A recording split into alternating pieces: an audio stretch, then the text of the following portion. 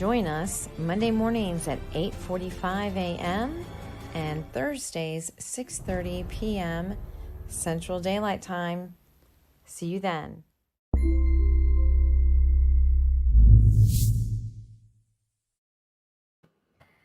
Hi, welcome to Awakenings Within Coffee Chat. Good morning. Good morning to you, my dear. you always start my week out right, you know. Like I look and they're smiling, sandy, bright, sunny, happy, and I'm like, okay, I'll take some of that. I'll take some of what you're giving. What's up? What's up? Hey. I can't get this. Ah, man, I just whacked my own microphone. Oh, no. Because I can't figure out which way to go. There we go.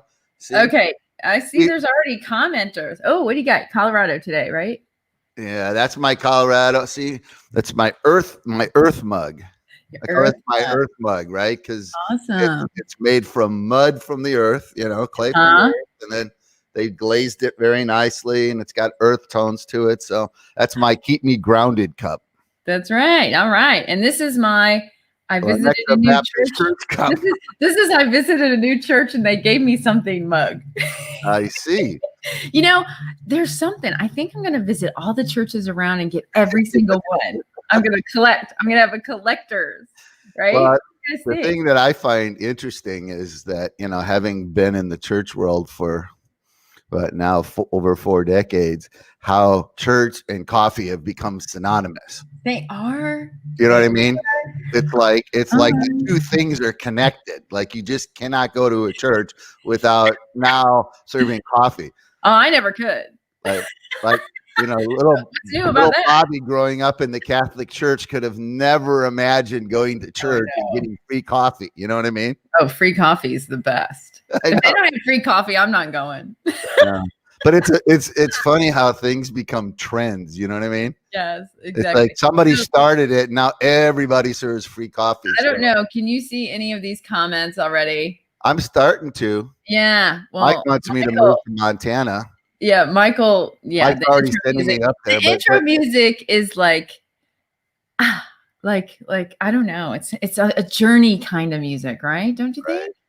That's what it's supposed to be. The problem with Mike's comment is he doesn't really understand how much I'd really like to do that. Now, not Eastern Montana because it's really flat, but Western Montana where the mountains are. Oh my gosh. Right. And there's only 700,000 people live in the whole state. Like they don't even have 1 million people in the whole state. So there's a lot of room up there, you know. Dr. B still doesn't have his name back, huh? No, he's still incognito, alias. Good morning, Dr. B. I think he's still on a mission. Good morning, Michael. Good morning, everyone. Good morning, Larry. Good morning, Heather. Let's see. And then, it's too cold. I agree. Oh, wait. What? I just put that one up there. Oh, my goodness. Good morning, too cold. I was wondering what was too cold. I hope he wasn't talking about my heart. So I'm glad he was referring to Montana is too cold. Yeah, it can get cold up there, but when you're a cheesehead and grew up in Wisconsin, you know, right? It's not. I mean, it's funny now because I mean, I hate this. I mean, I don't want to this is going to sound critical, but most of us raised our kids like overprotected and coddled. Like my mom, it was 0. The wind was blowing. You know what I mean? She'd bundle us up, put our boots on, our mittens, and send us out into the cold. Right. Like we lived outside. Exactly. Exactly. You know what I mean? It's like we didn't know. You know, it's like all the kids now are like, oh my God, it's so cold. And I'm like, really? Yeah, you don't know anything about it. Oh, good morning, Mark. Yay, you're joining us today. Mark used to come on all the time. You know, Scott, who is the other co-host, he's from Montana. Oh, he is. Oh, yeah. Yeah, he's going there in a couple weeks. I think. Big Sky Country, they call it. Yeah. And it's because in certain parts it's so flat that it looks like the sky's bigger because the horizon on both sides is lower. So cool. Okay. Yeah, it's Michael really awesome. Sure you will. We will have Kirk kill something. Well, that's nice. A warm. Kirk is our hunting friend. Oh, a hunting friend. Yeah, he's big game. We I did it big game. one time. You Sat shot in the something? deer stand one time. No, that we Oh. didn't even see one. We didn't even see one. Oh, And that's I'm like, what man. kind of hunting is this? We're just sitting here waiting for them to walk by. I mean, what the hell is that? I'm sorry, excuse my language, but I'm like waiting for like animals just to walk by. What? Why? What? Mm. That doesn't even make sense. If I'm hunting, I'm going through the woods and I'm gonna go hunt it.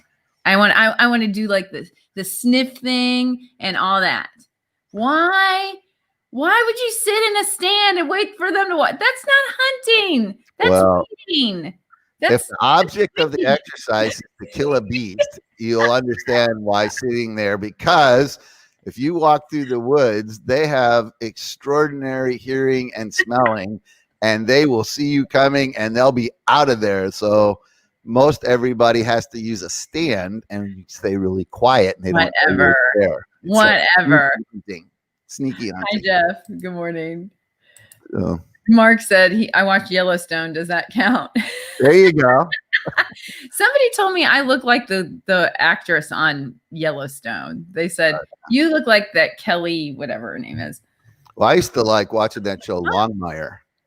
Yeah, Longmire. I did see Longmire. On the res, you know, they would always go to the res. Yeah. Yeah. I know. Everybody'd be surprised that I like all that stuff. Yeah. So well, it's a different lifestyle for sure. I mean, that part of the thing that appeals to me is it has less cluster, you know. Okay, I mean? let's go back to the deer stand. You said it's about being quiet. You're two people in one deer stand in a whole big place. Well, Sandy, that's because you love to chit chat. So you sitting up in a deer stand is not really the ideal situation, because I don't know how long. I read a book. What? I read a book. Well, there you go. See, that keeps you distracted. Otherwise, you're like chit chatting, and the deer are going, "Oh my god!" I just kept going. I just kept going. Why are we doing this? Why are we doing this? Like, why? What's the object of the exercise? Okay, so you wake up at 4 a.m, freeze your off already, put on all this gear, and then I'm scared of heights, so climbing up the deer stand was not fun for me anyway. But once I got up there, I wasn't coming down. And then I was like, well, then how do you go to the bathroom? Like, I mean, there were lots of things I didn't think through. See, you have to realize that hunting's sort of in the male DNA, right? Like, we've been hunting for thousands of years for you women. So it's part of us. We go out there and we kill a beast, and we come home and we're the man, right? We kill the beast. So if you went out there and you did it, but I don't know. I didn't walk away from that experience going, wow, my guy is such a beast. I'm telling you, you didn't. This was like the lamest thing ever. Like, I was like, this is lame. Like, I'm glad I never killed the animals to walk by. That would be so disappointing. You're waiting for animals to walk by. Whatever. You know, I mean, now if you had a bow and arrow and a sword and you're running through the forest, then I think you're cool. Well, last week, Dr. Bourne, or Dr. B, as we like to call him, Dr. Boney, his wife, you know, she's from Kenya. So we were talking about the Maasai warriors who kill lions with spears. So that's more your style of hunting. Oh, yeah. Right. Yeah, those guys. Yeah, they're real men, right? We're out there with these big old giant cannons called guns, you know, shooting animals from miles away. Yeah. And these guys are out there with spears, you know what I mean? Working as a team. That's awesome. Right. But dressing like a tree and sitting in a tree doesn't make sense to me. Just saying. Well, you did. We didn't even know what we're going to talk about today, so this is a good conversation. We're off over here in the hunting world, you know. Hunting. Well, you know what's kind of creepy? Over the weekend, I had a bad nightmare about hunting. About hunting? Yeah, that's why it's on your mind this morning. No, I didn't bring it up. Did I? I don't think I did. Did I? That was 10 minutes ago. Yeah. So. So I've had an awakening weekend. How about you? Okay. Well, as I was sharing with you earlier, I've had a sort of a sobering weekend. So I've been dealing with life and death situations with my mom and all the issues that go in with having elderly parents that are in their 90s. And I'm sure there's a lot of our followers that have all been through that dance. And Yeah. it's like kind of going through a minefield of emotions, you know what I mean? And everybody responds to the same situation in different ways. So Yeah. yeah. Wow. Well, yeah, we haven't experienced that yet, but I'm helping a friend with her parents that are declining, and they're the coolest. They are the coolest people. Like I mean, I know it sounds funny, but they're enriching my life, not the other way around. You know, I'm not going there to share anything to them. They're sharing to me, and it's amazing. The knowledge and the intelligence this couple have. They were both two physicians and missionaries, so their stories are just amazing. And I look forward to it. Like I'm like, I can't wait to go. It's so. I mean, I think I've mentioned this to you before. I need to get a hold of I have a high school friend, John Hughes, who is I don't know what they call it. It's not a pastor. What do they call guys that go to the chaplain? That's what he is. Chaplain. Mm-hmm. He works for a chaplain service, but his whole thing is transitioning people during their death stage. So he is writing a book and talking about, because he's basically, I think he told me the last count, he transitioned over 6,000 people. And he said it's very, very fascinating what happens in those last few days of a person's life and how their whole life history comes together. And I think it would be fun to have him. Well, I don't know about fun, but it would certainly be an eye opener to have him guest some night and just talk about it. It's one of those things nobody wants to talk about, except we all have to deal with it. So Heather on here, I don't know if she's still listening or she's on, but she has an aunt that was talking about the word Yahweh. She's a nurse. She's a hospice nurse. And she said, when you're born, the first thing you do is Yah. And you go, Yah. And your last breath is way. Like, Yah. And then you go, way. And then, isn't that neat? It's like, it's those moments, one of the things it's a neat thing she talked about. Yeah.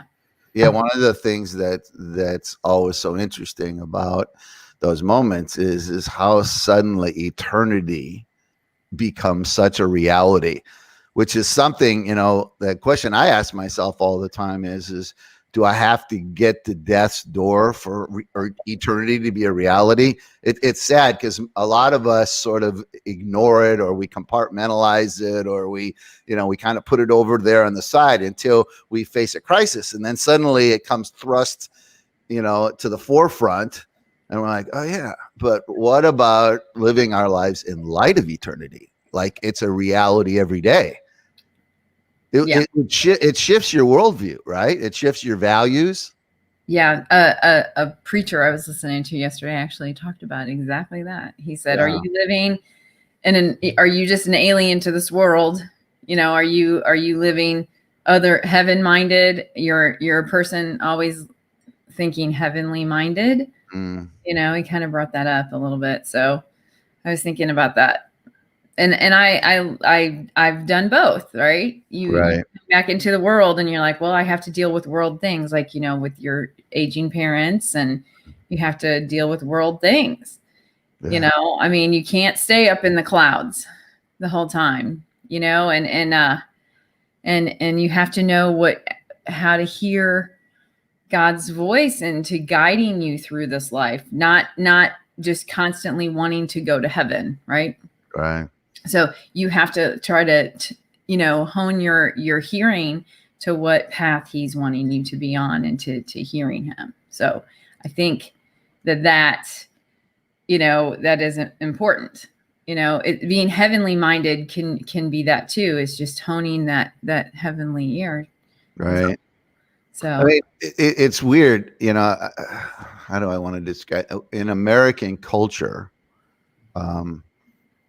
We have this sort of tendency to clean up all the stuff that's unseemly, right?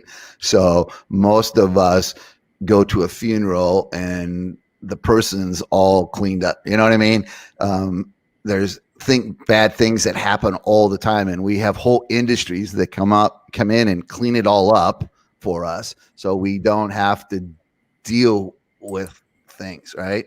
mhm. And so sometimes we get and it feels like to me that we're, especially the urbanization of our society, we're detached a lot of times from the cycles of life and death. You know what I mean? In the farm and rural communities, I mean, you deal with life and death all the time. You know what I mean? Yeah. It's a reality that you face every day. You're grazing, slaughtering, you know what I mean? Right. Yeah. And in our urban world, we have professionals that come and clean everything up so we don't ever have to face it. So Michael says, I don't think being heavenly minded excludes earthly affairs, but actually means that you live your earthly life in clear view and context to the reality of heaven. Right. Yeah, that's exactly what we're talking about. Living in light. Right. In context of eternity. But when you do that, right? See, what's interesting, and this is, and I've mentioned this before, but it's kind of a really simple way of figuring out what's important to God. Because we kind of assume a lot of things that are important to us are important to him. I always tell people, well, what you can tell that's important to God is what he lets you take with you when you die. Like, what goes with you? Like, when you get your bags are packed and you're ready to go, your soul. Them, just right? Your soul. Your body doesn't even go. Well, it's who you are. Yep. Your body doesn't. It's so interesting because Paul, when he was writing to the little Christian community in Rome, he said to them, he goes, well, when God set this whole thing up originally, he predestined that the goal was that by the end of your life, you would look like Jesus, like to be conformed, right? To that's what's important. Yeah. So that then affects everything else. So to me, you got to go back right to the root, right? That's living in light of eternity. Then everything that Mike's talking about, everything that's tangible and earthly, is then contextualized into that foundation, that basis, right? Those values. Exactly. Yeah. Right. Because that's in the end what's going to matter. So, and that's what lasts. And what matters is you being a light to one another during that. That's what this awakening within is awakening within you, your purposes. Yeah. Your light to other people, and how that, works together. And then when, you get a bunch of people who are lights together, then wow, it's amazing. And you got a spotlight. That's the things you can do. A lot of things you can do. Yeah.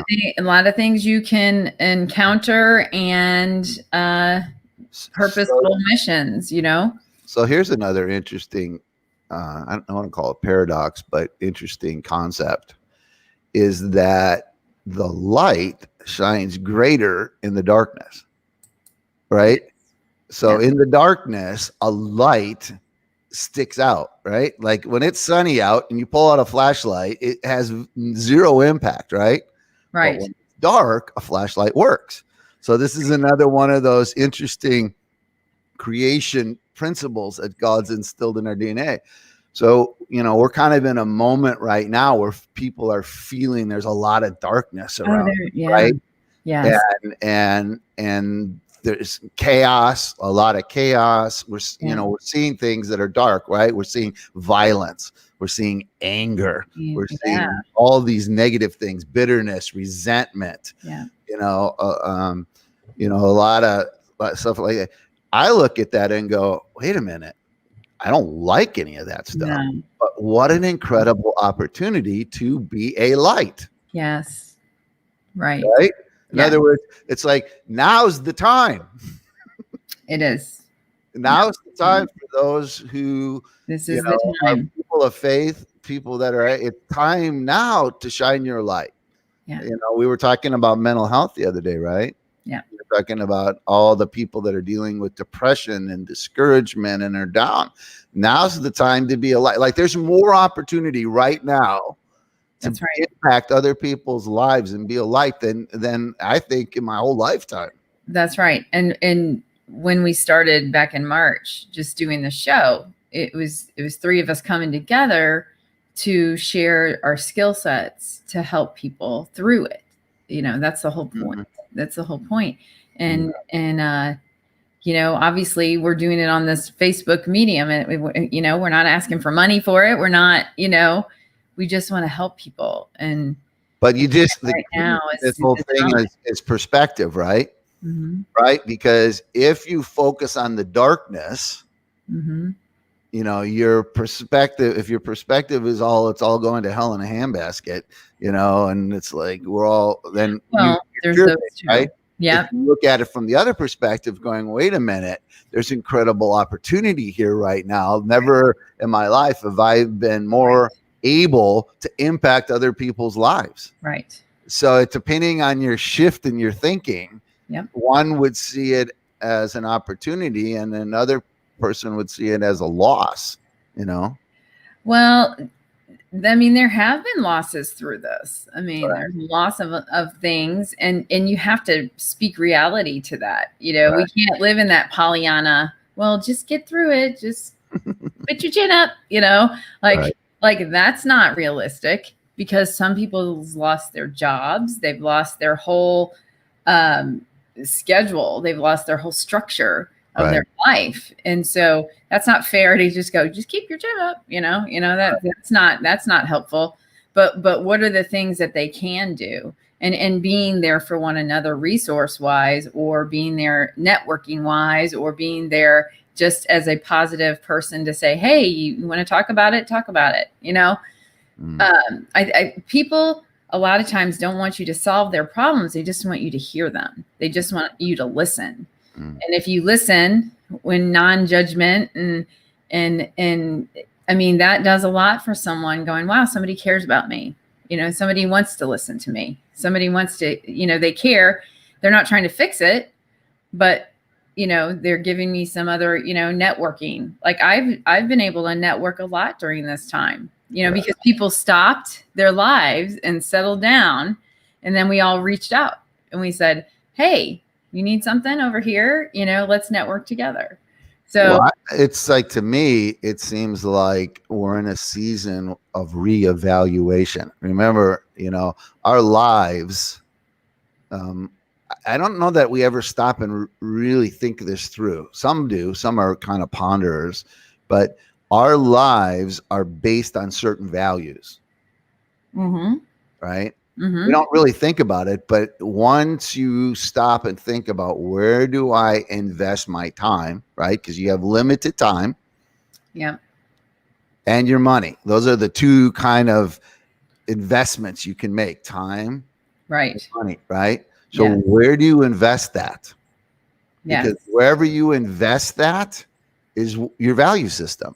Yes. Right? I looked at my bank account, I think back in March, like my, you know, the ledger that says where you've been and what you've been doing. And I was like, oh yeah, I have some unhealthy habits going on here, you know, unhealthy habits. You know, you can definitely see by your bank ledger what your unhealthy habits are. Even fast food, you know, if it's food, if it's bars, and that was, you know, definitely a place where I shouldn't have been and I was at. And so I can see that now. I can see, you know, I was doing it. I wasn't doing it in moderation, is what I'm saying. You know, not using my time wisely. And I've been able to have a reality check through that. You know, like I need to focus on, you know, these other projects I have over here, and I haven't been because I've been too busy, you know, having fun. You know. So what do you think, you know, so given that we've gone through this, or we're in the middle of this season where so many things and the thing, at least from my perspective, the things that have gotten hit the hardest are things that entertain us, right? So we haven't been able to go to movies. We haven't really been able to go out and eat very much. We can't go to sporting events. In other words, all these areas in our lives that we Americans are so used to investing our money in. So what do you think shifted? Like, what values do you think being isolated has brought to the fore? Yeah, let's ask them. What do they think? You guys put in the comments what you think. But I mean, I immediately saw a difference in my neighborhood. Okay. All of the kids started to play outside. It was like, what?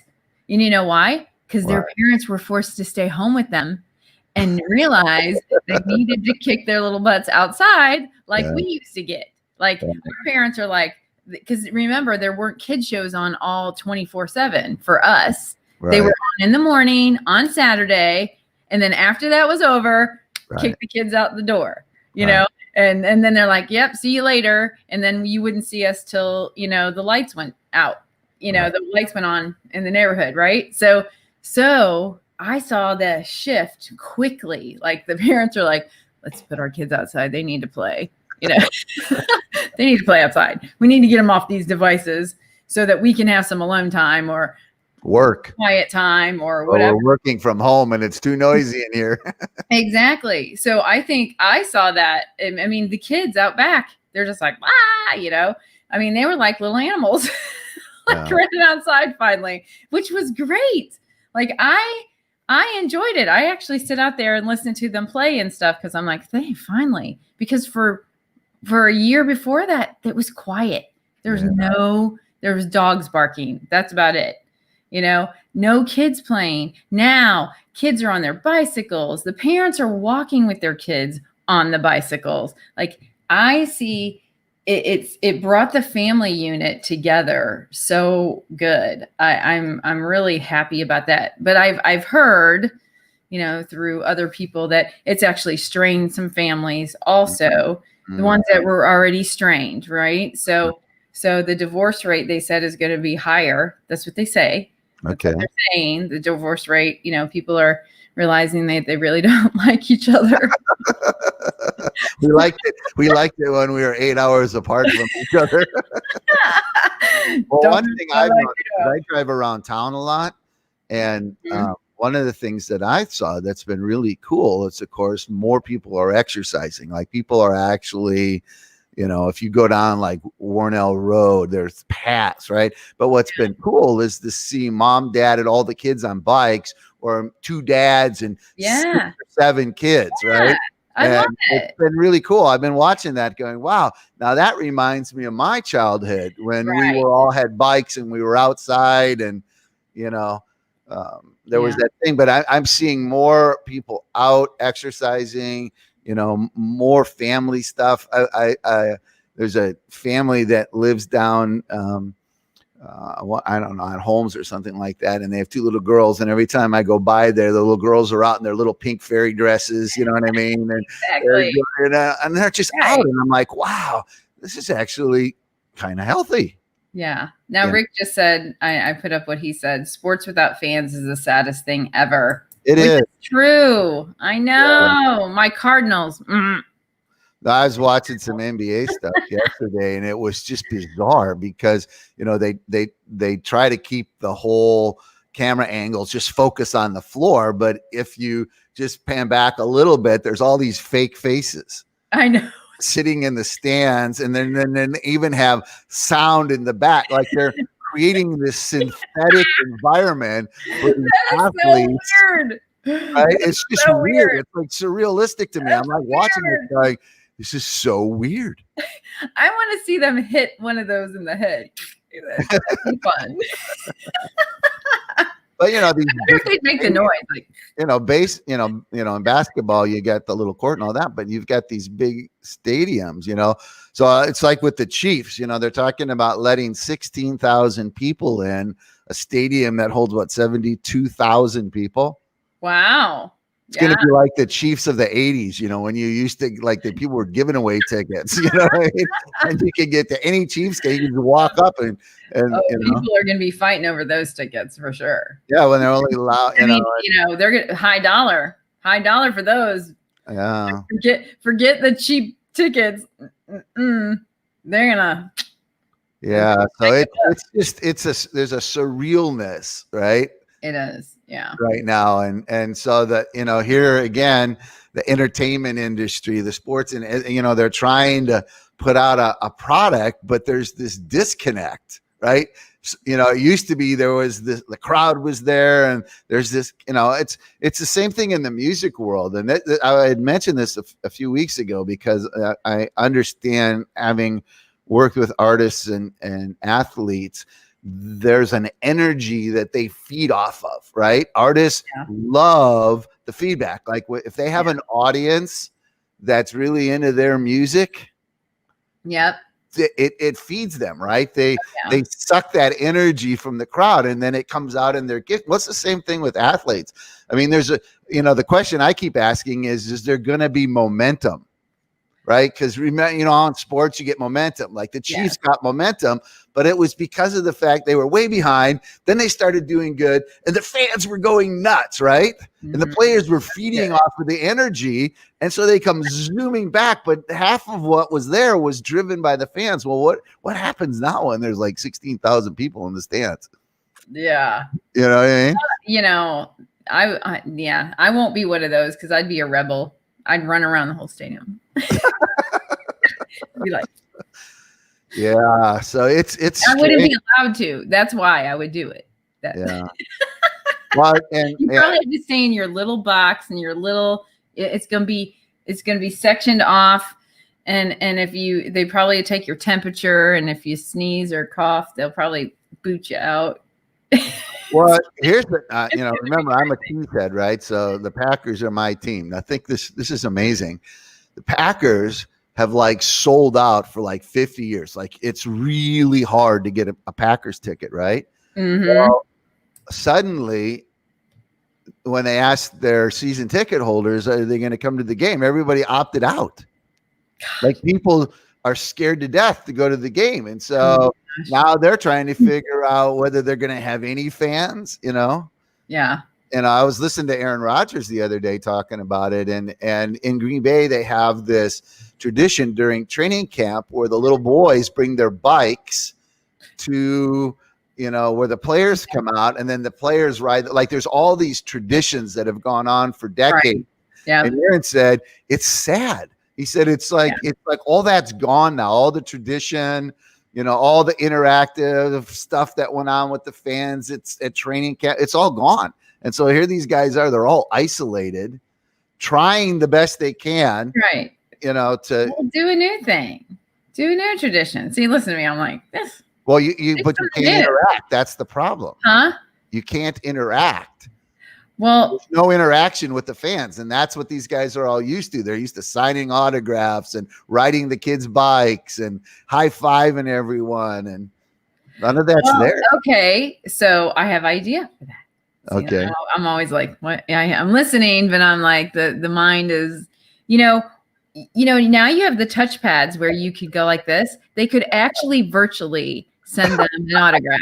They could, for real. Virtual fans. Yes. So get a cell phone, like a fan cell phone, and then just pick people intermittently and then sign their name like an autograph. Yeah. You know, their autograph that they would anybody, not their, you know, signature to sign a check, but their autograph signature. But, and randomly send them to the fans. That would be a cool thing. And see, now listen, now I'm going to make a little text number that they can do that to. And then, and how exciting would that be to get a text from your favorite baseball fan or your baseball player with their autograph? So here's what's interesting. Do you hear this? Do you hear this? Come to me and I'm going to create that for you. All right, Miss Marketer. Okay. Here's something interesting. I don't know. Do you ever watch science fiction or futuristic movies? No. Okay. Well, basically, I would say, and I don't know, I can't give you a percentage, but in a significant amount of futuristic movies, there's always these sporting events where there is no fans and everything is virtual, and everybody's sitting at home on their little iPads and different things, deciding, and making, and you can see the numbers flashing on the different screens, but everything is virtual.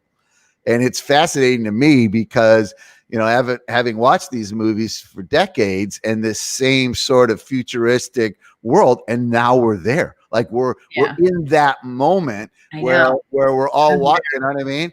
So except for we don't have the Jetsons space thing. Well, what they're going to end up doing is instead of having chairs, you'll have little screens, right?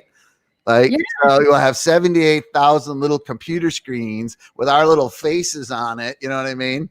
Right. Instead of us actually being there, like we'll all do that, and then then they'll pipe all of our screaming at home through the system. Yeah, exactly. I want to know how.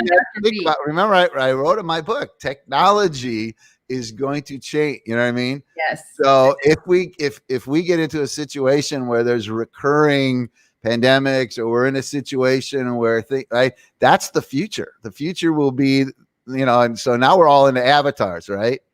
Yeah. Everybody's got an avatar. Yep. So mine doesn't look like me, but yeah. So we're basically already into Avatar, right? We're gonna live through this other. I want to be like the avatars in the movie Avatar. So what's your? I want to be blue and green and stuff. So your avatar is gonna be a little fairy with a little magic wand. Well, yeah. Hello. Exactly. So you're gonna be a little fairy with your little wings and your little wand. Right. Yeah. Dr. B said there's golf in heaven. I want to know how he knows that. Right. How does Dr. B know there is golf in heaven? I want to know, Dr. B. I'm curious. That was a curious comment. Now, Rick says all kinds of things. So Rick said, two guys. Well, that's true. MMA. They could have MMA, but they spit on each other. Ew. Anyway. I know. So all these athletes, like the whole NBA, it's in a bubble, down in Orlando. You know what I mean? Yeah. It's just like, wow, this is just a different reality, And hey, good morning, Jeff. Jeff's got a pulse on the whole stadium thing. Yeah. Yeah. So I mean, it'd be cool. So the Rams, did you see their new Rams stadium? No, you got to go online. No, $5 billion. No. I know you got an attitude problem about against the Rams. I don't care about the Rams. They abandoned us. They orphaned me. I have Rams stuff in there. It says St. Louis Rams. No. Except for the people in LA go, no, we were LA Rams first. LA, us. Whatever. Anyway, here's one of the Walton in-laws. Builds a $5 billion stadium, right? So if Jerry Jones builds a stadium in Dallas, now we got to one-up him, right? So you got a $5 billion stadium that's ready to roll. They took the players in yesterday, or Saturday, I should say, and showed them. It's stunning, right? Except for they got no fans now can come. Okay. They lost. Sandy, do we need to have a session here, a healing session? They are hanging on to bitterness, Sandy? To my abandonment and rejection. Okay. Trigger. Just saying. They had totally abandoned me. They did. They abandoned me. Were you a Kurt Warner fan? Heck yeah. Oh yeah. Heck yeah. Great story, Kurt Warner, eh? I bought his book and everything. Yeah. He's a good guy. What a good guy. Yeah. Liked him a lot. What a great story, though, right? About a guy who, came from nowhere and overachieved beyond anyone's expectations. So Jeff says there'll be 17 starting the first game and will be evaluated weekly. Yeah, exactly. Yeah.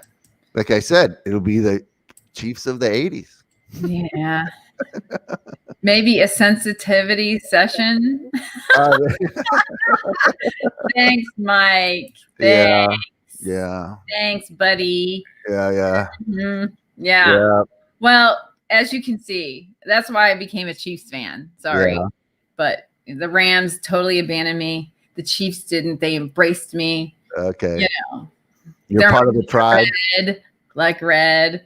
Okay. Don't like the Cardinals. So I'm cool Right. with the red. Okay. Royal blue, no. Sorry. I know. So sorry. Yeah.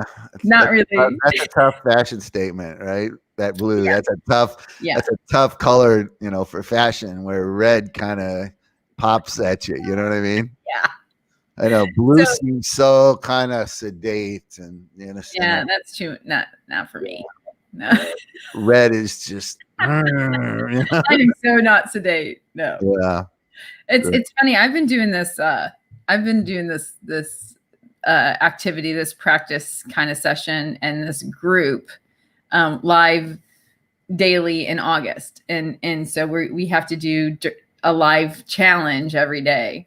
Mm-hmm. And, it's really funny. I went back the other day and looked at my first, you have to do it every day.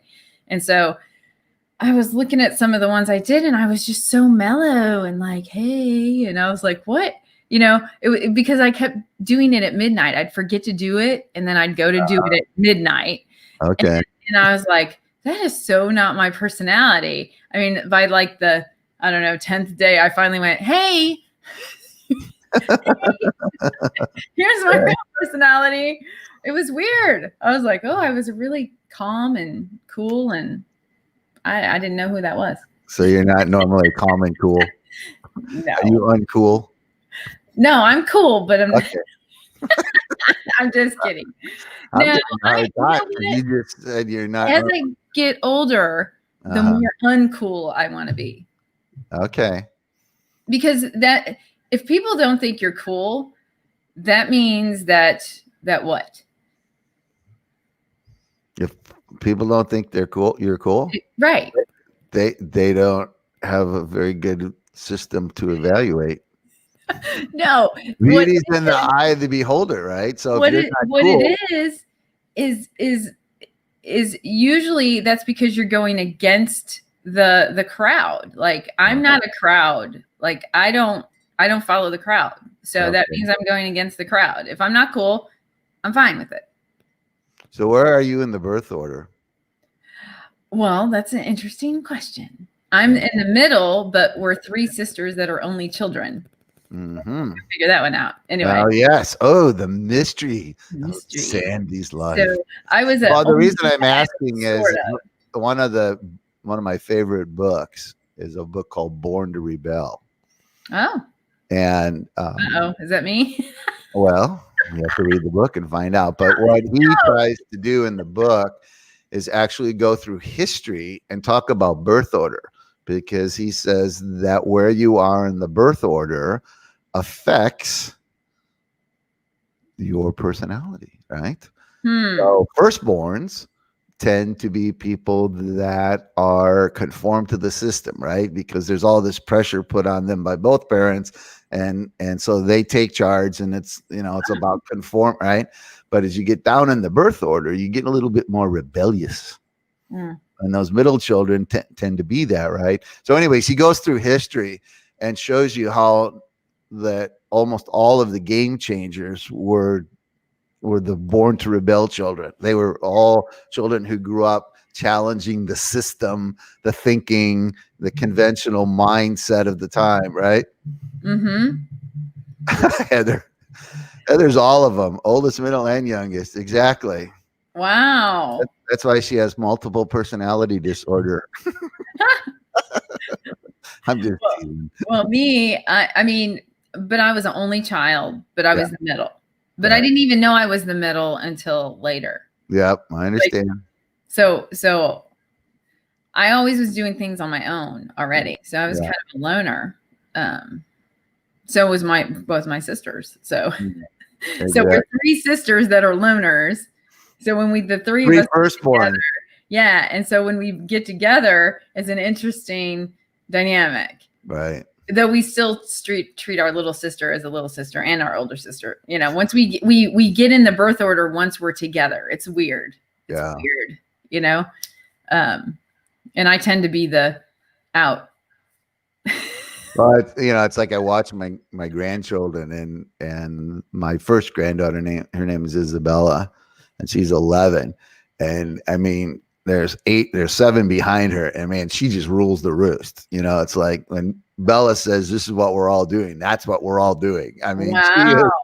This girl's gonna, she's gonna be a leader because she's like queen of the pack. You know what I mean? Wow. So it's really cute to see all the little ones all line up. Whatever cousin Bella says, that's what we're doing. She's the boss. Wow. Yeah. You know, with my cousins, I remember that. I remember having one cousin that would tell us all what we should be doing. Right. And then the rest of us scrapping. Yeah. My cousin Kathy. Well, man, she was like bossing us all around when we were growing up, you know? Dominant, right? I remember sneaking out the most with my cousins. It's kind of funny. Like your cousins, you know, they can bring the best and the worst. Like when I first met my step cousins, they were from the country, and I was a city girl, and they knew right away that I was the city girl. Like, I mean, they were just like, because all I did was watch TV and read and draw and whatever. And so when my mom took us to the farm the first time, and of course my uncle says, y'all get out of here, you know, like we all had to stay out, you know, you couldn't go in the house. And they're out there, you know, jumping on the hay bales, like, and I'm like, these people are crazy. Like, what are they doing? Why are they doing that? You know? And I would just stand in the carport because they had a carport, and I just sit there and watch my cousins running like banshees all over the place. I'm like, what are they doing? And they'd be, come on, Sandy. And I'm like, no, you guys are weird. And so then they'd they were like, come on, let's go to the barn then. We'll look at old cars. And there were these old cars out there. And there were snakes, right? There were snakes. And I was like, oh my God, there's a snake. And they're like, don't worry, they won't bother you. You know, I'm like, it looks like a moccasin or something. It's going to bite us. And they're like, no, they're just a black snake. So, you know, my cousins were like 7, 8, and they know the difference in snake kinds. Right. You know, they're just wild. Like, I had I'm like, what are we doing?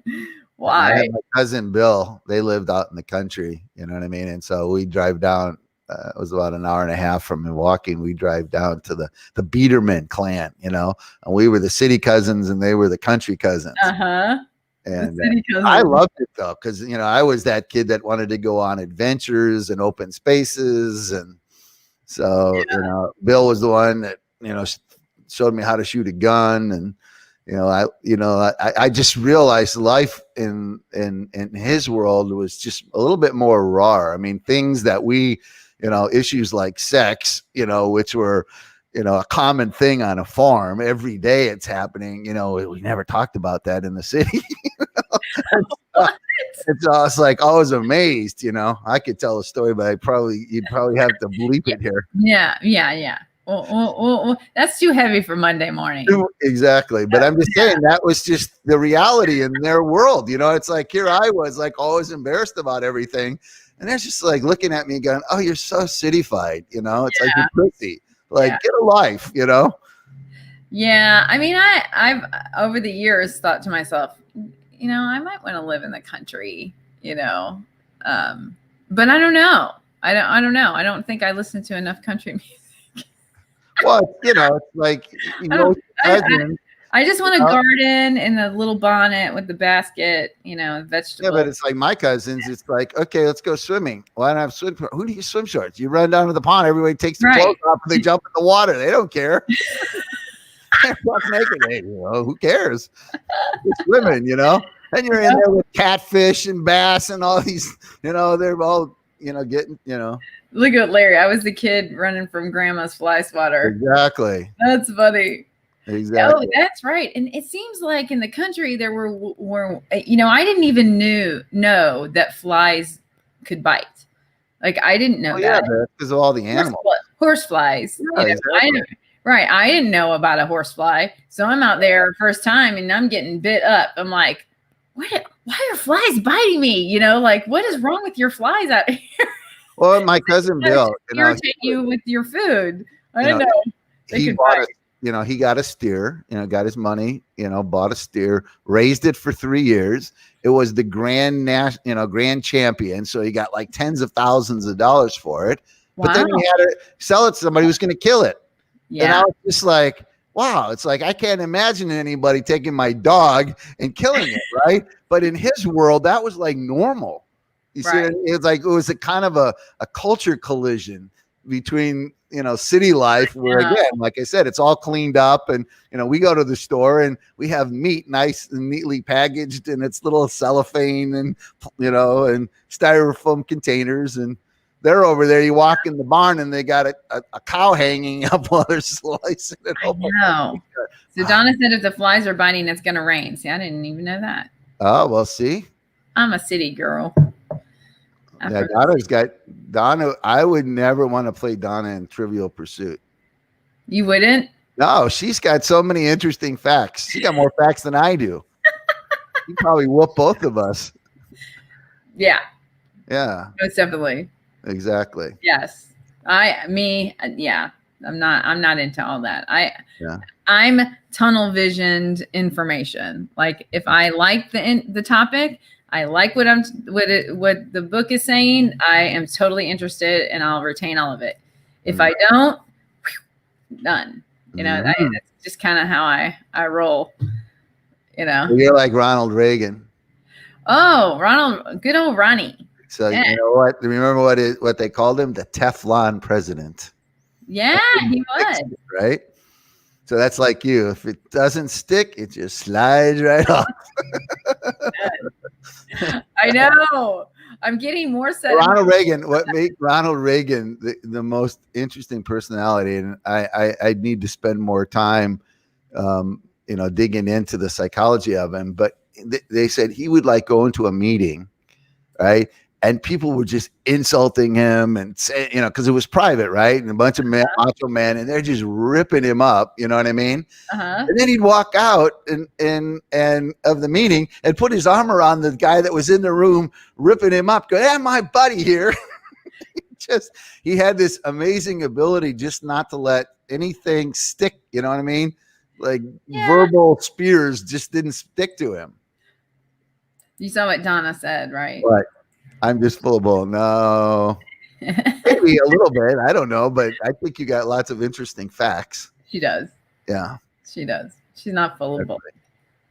She's just saying that. She's just saying that. Yeah, yeah. So wow, we didn't get deep today. Wow, we didn't get deep. No, we didn't. We had a deep in the middle. We were talking about life and death and all that stuff. Not in the end here. The first, the last 4 minutes has got to be just like happy banter. Then, okay. So banter. I'll give you. I have a friend in South Africa who posted on his Facebook page today something really good. He said, "My morning meditation," and he quotes from Isaiah 30:15. This is what the Sovereign Lord says: "And repentance and rest is your salvation, and quietness and trust is your strength. But you would have none of it." And his comment, man, why is it that our default setting is to have none of it?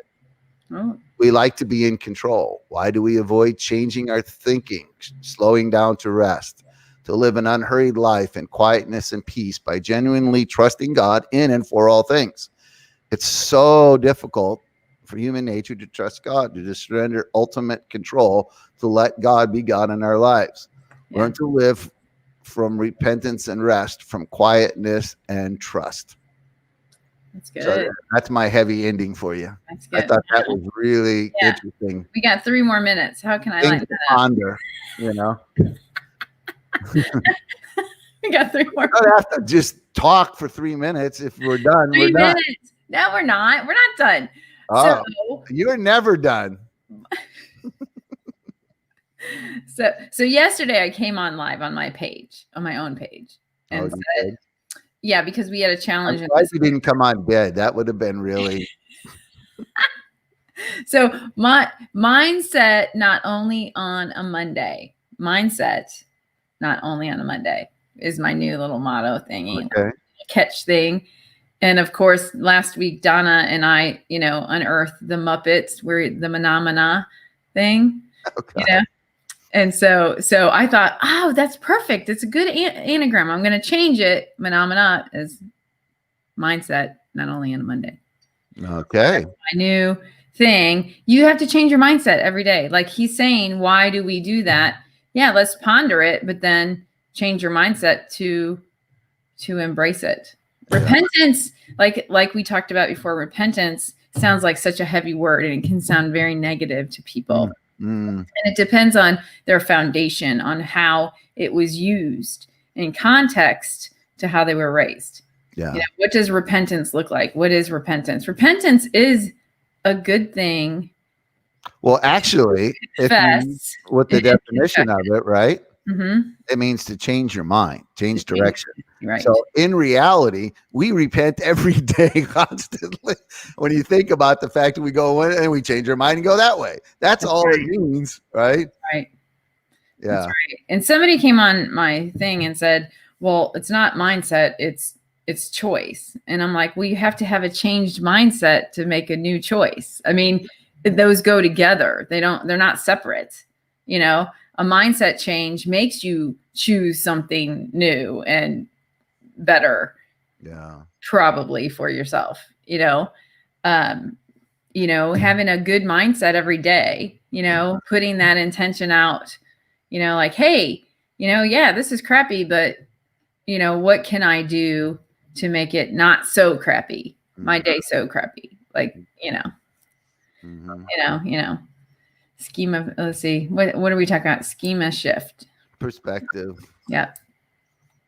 Different perspective. Yeah. Like this week, I'm going to eat better, is an intention. So you're repenting. Repenting. Bad. Yeah, but So you're changing. All you're doing is changing direction, changing your mindset. So one of the things that we can talk about in one of our future discussions is that what's happened over the course of 2,000 years is the institutional church world has actually redefined a lot of, like, it's taken words, like the word minister, right? Yeah. If you say the word minister, like, everybody already has a locked in worldview of what that means, but what the actual word means and where it came from and the context it was used in, like, and so, like, when I go to England and you meet the prime minister, I don't think of him standing behind a pulpit and preaching. But here in America, when you say, minister, then suddenly, you see what I mean? So it's like that with repent. There's all these words that have sort of been co-opted by the institutional church world that I'd like to take back, you know what I mean? And go, hey, wait a minute, repentance isn't it's actually a good thing. You're repenting every day. You're changing your mind all the time about things. Right. I didn't share with you guys. I wanted to. I was sitting in my little oasis over here on the weekend, and these two young gentlemen just walked right up. They're witnessing. They're handing out invites to churches, and I had such a great conversation with them. It was amazing. One had just gotten back from India as a missionary, and the other one, he was from Iran, and so. How he was Muslim and became a Jesus follower. So it was just like the coolest, most neatest experience to just, sometimes, when I'm talking to God, I'm like, okay, God, I'm here, what do you want me to do? Blah, blah. And they so inspired me, like just that little interaction. I did visit their church the next day. Well, it's this one.